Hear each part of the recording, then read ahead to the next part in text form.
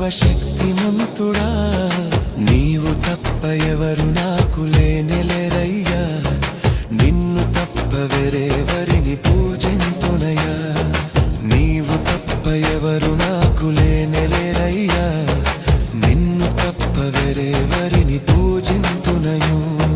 నిత్యము నీ నామమునే స్తుతించెదను, నిత్యము నీ నామమునే స్తుతించెదను. స్తుతి స్తుతి స్తుతి స్తుతి ఆరాధన, హల్లెలూయా హల్లెలూయా ఆరాధన. స్తుతి స్తుతి స్తుతి స్తుతి ఆరాధన, హల్లెలూయా హల్లెలూయా ఆరాధన. ఆరాధన ఆరాధన ఆరాధన. క్రీస్తు మహిమను కనపరుచు సువార్త ప్రకాశము వారికి ప్రకాశించకుండా ఈ యుగ సంబంధమైన దేవత అవిశ్వాసులైన మనోనేత్రాన్ని గుడ్డితనం చేసిందంట. అంటే సత్యాన్ని గ్రహించుకోకుండా అజ్ఞానంలో మునిగిపోవాలా, అంధకారంలో ఉండాలా, అజ్ఞానంలో ఉండాలా, అనేకమైనటువంటి హేమని మాట్లాటలు లోకంలో శాపంలో మునిగిపోతూ రాని వాడు అనేకమైన తప్పుదో పట్టించినాడు. అందుగురించి సువార్త మానవ ప్రకాశింపకుడు ఏపు ద్వారా పాట ద్వారా ఇస్తావా, కరపతి ద్వారా పాట పాడతావా, నీ క్యారెక్టర్స్ అబ్బా ప్రేమకు పవర్ఫుల్ క్యాండిడేట్ అబ్బా ఆయన దేవుని నమ్మకం షాకు హే సువార్త మనం ప్రాణాలు పోయినప్పుడు దేవుని గురించి చెప్తాడబ్బా. మరి వచ్చేసి మధు దేవుడి కొరకు స్టాండర్డ్ మనిషి అబ్బా అని పేరు రావాలంటే నువ్వు దేవుడి కొరకు బతకాల. హల్లెలూయా. అంటే ఎవరు నీలో ఉండాలా? ఈ డెడ్ బాడీ ఎప్పుడో ఒకటి సాలిపోతాము. నా శరీరానికి కాదు, ఈ ఆత్మ వెళ్ళిపోతే డెడ్ బాడీ చనిపోతే శరీరం మట్టిపోతే ఆత్మ శరీరానికి ఆత్మక వెళ్ళిపోయింది. ఆత్మ నీలో ఉంటే అందరిని రా అంటారు, ఆదింత ఆత్మ వెళ్ళిపోయిందండి ఊరు బయటకు పారేస్తారు. ఈ శరీరంలో ఆత్మ ఉంది కాబట్టి దేవుని గణపడతారు. దేవుడు ఆత్మ కాబట్టి ఆయన ఆరాధించేవారు ఆత్మతోనూ సత్యముతో ఆరాధించాలి. వాక్యం మొర్రో అని మొత్తుకొని చెప్తుంటే నువ్వు చెప్పేదే మనం చేస్తామంట. అందుగురించి ఈ మిలిటరీ ప్రజలు కూడా చెప్తున్నారా, ప్రపంచానికి ఎలుగెత్తి సాటిస్తుంది వాక్యము. సమస్త దేశములారా యెహోవాకు ఉత్సవాదన చేయుడి. ఉత్సవం అంటే డ్యాన్స్ చేసేది కాదు, లోక సంబంధం. క్రిస్మస్ పేట క్రిస్మస్ లేని క్రిస్మస్ రోజు ఒకవేళ దేవుని మహిమాత చేసుకున్నా బిస్కెట్, ఒక చాక్లెట్, బట్టలు పంపిణీ ఏదో ఒకటి చెయ్యి. క్రీస్తు గురించి ప్రకటించడే నిజమే క్రిస్మస్. క్రీస్తు లేకుండా ఎన్ని క్రిస్మస్ చేసినా శూన్యం. ఇవాళ చిన్నపిల్లలు క్రిస్మస్, పెద్దలు ఇవాళ క్రిస్మస్.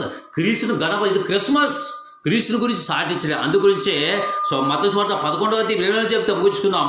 ఇవన్నీ చూస్తే మరి మత్తయి సువార్త 11:20 చూస్తే వాక్యం ఇది చెప్తుంది కదా, ఒకసారి చదవండి. ఎందుకంటే పిల్లరా సమస్త దేశములారా యెహోవాకు ఉత్సవధ్వని చేయుడు అంటున్నాడు ఇక్కడ. మరి మత్తయి సువార్త 11:28 ఏం చెప్తున్నాడు ఒకసారి చూడండి.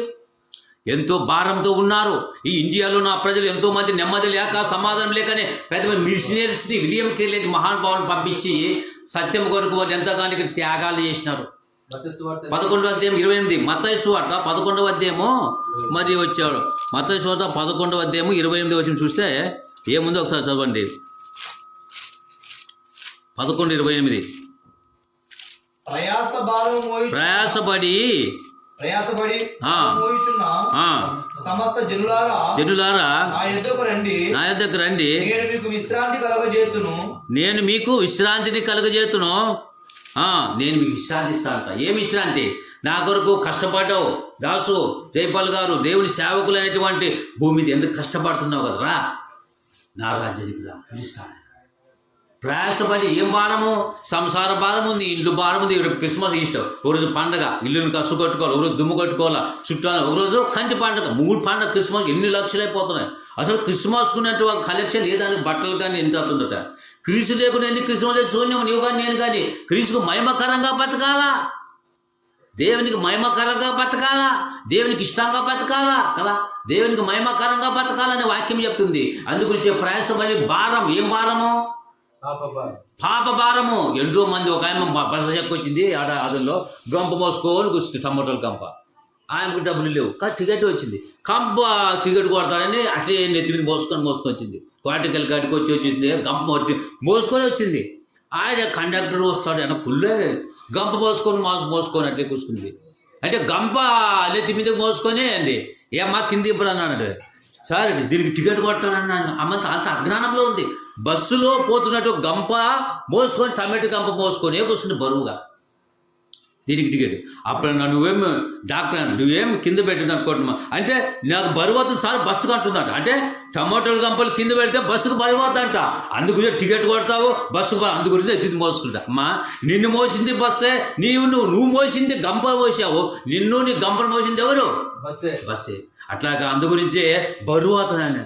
బస్సు బరువు కాదు. అట్లాగా నిన్ను నీ పాప భారాన్ని మనందరినీ పాప భారం మోచిన సమస్తమని జనులారా మీరు నా దగ్గర రండు అంటాడు. మీకు విశ్రాంతి.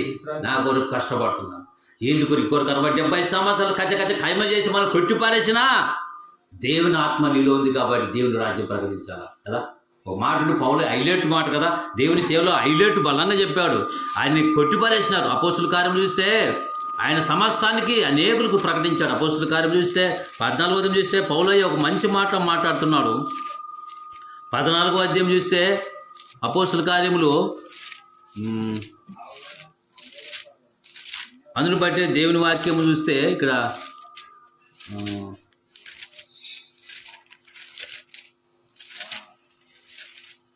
అది ఎక్కడ అనేక శ్రమల అనుభవించి దేవుని జయపాల్ గారు చెప్పండి. అది 14:20 చదవండి. 14:20 చదవండి. 20వ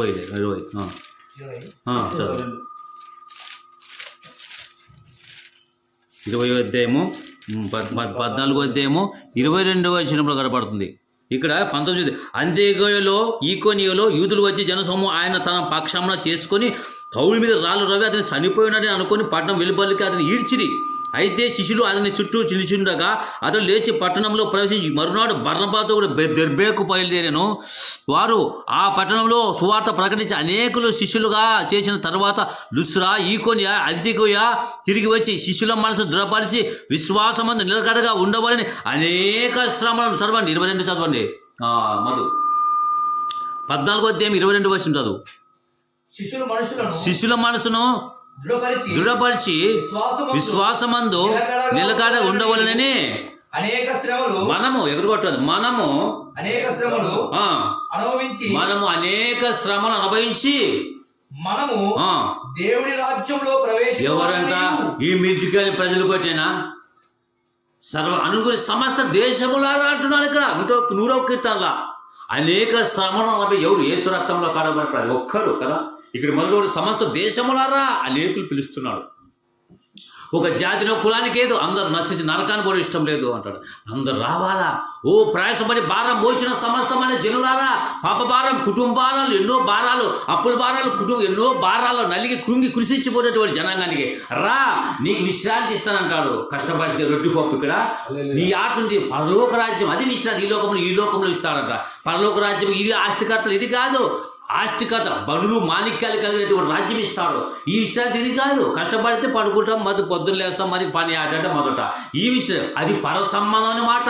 నీకు విశ్రాంతి ఏంటంట నీకు విశ్రాంతి ప్రయాసపడి భారం మోచిన సమస్తమైన జనులారా అంటే అనేకుల్ని భారం అంటే ఏం భారము మనకి ఆత్మల భారం నశించిపో ఆత్మల భారం ఎన్నో భారాలు నశించి నరకానికి పోతున్నాయి. వారిని సువార్త మనం ప్రకటించే బాధ్యత మనందరి మీద ఉంది. ఎవరిది? యేసు రక్తంలో కానీ ప్రతి ఒక్కరి మీద. అందుగురించి సువార్త కరపత్రిక ద్వారా వ్యక్తిగతంగా పాటతో వినిపించాలి. పౌలు ఏమన్నాడు తెలుసా? లుస్రయ్య ఆయన చంపేసినారు ఖైమ చేసి చచ్చిపోయి విడిచిపెట్టిపోయినారు. మరీ పరిశుద్ధాలు లేపుకొని వేరే చోట ఈ కొన్ని ప్రాంతాలకు సువార్త మనం శిష్యులు చెప్పలేదు. నన్ను ఇట్లా కొట్టారు తిట్టారని చెప్పలేదు. పోయి శిష్యుల దగ్గర బలపరిచే మాట చెప్పి అంతకంత అభివృద్ధి చేసి అనేక శ్రమలను అనుభవించి దేవుని రాజ్యంలో పోలని చెప్పాడు. ఎంత గొప్ప మంచి మాట రాపించాడు. నీ కొరకు నా కొరకు సర్వమానవుడు. అందుగురించే యేసుప్రభు లోకానికి వచ్చింది నీతిమంతులకు వచ్చానా పాపల కొరకు వచ్చానా? నీతిమంతులు పిలవలేదు, పాపములో ఉన్నవారిని కదండి వాళ్ళని పిలవడానికి వచ్చాడు. డాక్టర్ ఎవరికి అవసరము? రోగం వచ్చినానికే కదా. యేసుప్రభులు వారు నీ కొరకు నా కొరకు వచ్చాడు. ఈ లోక పరలోక రాజు భూలోకానికి వచ్చాడు. అదే నిజమైన క్రిస్మస్. క్రీస్తుడు ఎన్ని క్రిమినల్ వేస్ట్. అందుగురించే ప్రయాసపడి భారం మోచిన సమస్తమైన జనులారా మీరు నా దగ్గర రండు నేను మీకు విశ్రాంతి పరలోక రాజ్యం విశ్రాంతి నా కొరకు బతికి ఒక కష్టపడి బతికి అందుగురించే ఉత్సాహంతో ఉల్లాసంతో కష్టమైన ఖైమ చేసిన కొట్టేసిన తిట్టిన అవమానపరిచిన ఒక ఆత్మను సంపాదించు 10 సంవత్సరానికి ఆ విలువ నీకు తెలుసు. ఒక ఎకరం సంపాదిస్తే దాని విలువ తెలుసు కదా. ఏం తెలుసు విలువ? కష్టపడాలా. ఒక ఆత్మను సంపాదించడం దాని విలువ. అందుగురించే ప్రయాసపడి భారం మోచిన సమస్తమని జనులారా మీరు నా దగ్గర నేను మీకు విశ్రాంతి. అందుగురించే మత 100వ కీర్తన సమస్త దేశములారా యెహోవాకు ఉత్సవములు చేయుడి, సంతోషముతో యెహోవాను ఉత్సవగానం చేయొచ్చు, ఆయన సన్నిధికి రండి అంటాడు. ఒక కులాన్నే కాదు, అనేక జాతులు వేస్తున్నారు. ఒకసారి ఆలోచించాడు. దేవుడి సమయంలో అనేక శ్రమలను అనుభవించి దేవుడి రాజ్యం, దేవుడు నాకే అన్యాయం చేసబ్బా చేతి మొక్కే చేతులు దేవుడు కోస్తాడు. కొంతమంది దేవుడి మీద ఎవరు నామకార్థం దేవుడు మొక్కే చేతులు కోసేస్తాడని కొంతమంది సాకులు చెప్తారు. దేవుడు అన్యాయం ఎప్పుడు చేయడు. మనం అందుగురించే యోగు 34:10 చూస్తే దేవుడు అన్యాయం చేయట అసంభవం. దేవుడు అన్యాయం చేయడు. మనము న్యాయస్థం కావచ్చు కానీ దేవుడు న్యాయవంతుడు. తల వంచుకుందాం, ప్రార్థించుకుందాం. ప్రేమల తండ్రి, నువ్వు న్యాయవంతుడు. ప్రపంచ దేశానికి సవాలు ఎలుగెత్తిస్తుంది వాక్యం. ప్రయాసపడి భారం మోచిన సమస్త జనులారా నా దగ్గర నుంచి నీ మాటలకై స్తోత్రాలయ. కొన్ని నిమిషాలు సాయం చేసి ఉన్నారు, కొన్ని నిమిషాలు మాకు సాయం చేసినందుకు నీకు కృతజ్ఞత చెల్లిస్తూ క్రీస్తు పేట వేడుకుంటున్నాం తండ్రి. నీతి సూర్యుడా, నిజమైన దేవుడా, శక్తిమంతుడా, సర్వశక్తిమంతుడా, నీవు తప్ప ఎవరు నాకు లేనెలెరయ్యా, నిన్ను తప్ప వేరెవరిని పూజింతునయ్యా, నీవు తప్ప ఎవరు నాకు లేనెలెరయ్యా, నిన్ను తప్ప వేరెవరిని పూజింతునయు.